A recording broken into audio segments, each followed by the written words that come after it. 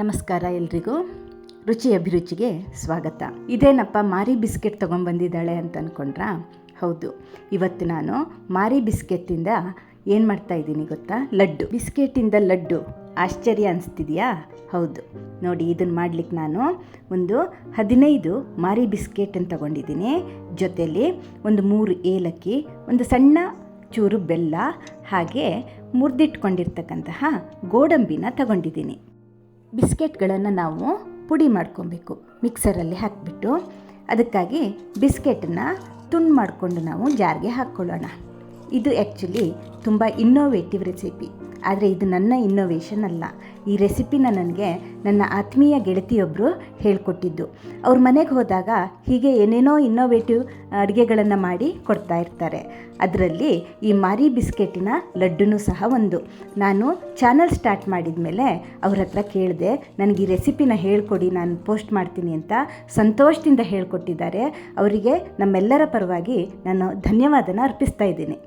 ನನ್ನ ಚಾನಲ್ ನಿಮಗೆ ಇಷ್ಟ ಆಗಿದ್ದರೆ ಸಬ್ಸ್ಕ್ರೈಬ್ ಮಾಡಿ, ಹಾಗೆ ಲೈಕ್ ಮಾಡಿ.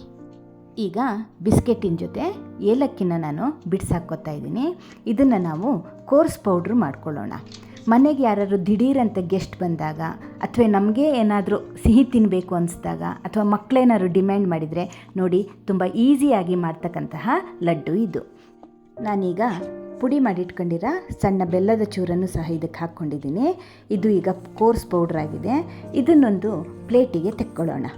ಈ ಬಿಸ್ಕೆಟ್ ಏನಿದ್ರು ಕಾಫಿ ಟೀ ಜೊತೆಗೆ ಅಂತ ನಾವು ತೀರ್ಮಾನ ಮಾಡಿಬಿಟ್ಟಿದ್ವಿ.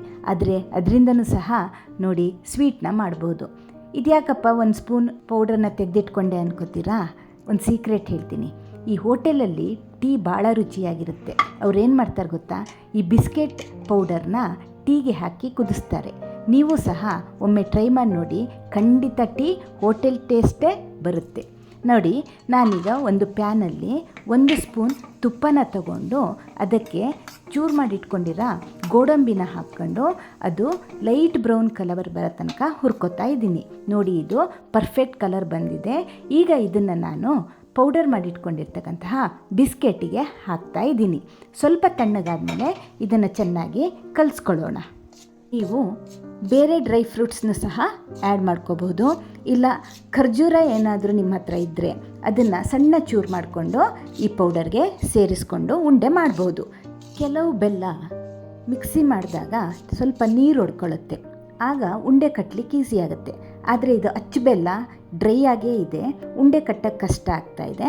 ಅದಕ್ಕೆ ನಾನು 1 ಸ್ಪೂನಷ್ಟು ಕಾಯಿಸಿದ ಹಾಲನ್ನು ಸೇರಿಸ್ಕೊತಾ ಇದ್ದೀನಿ.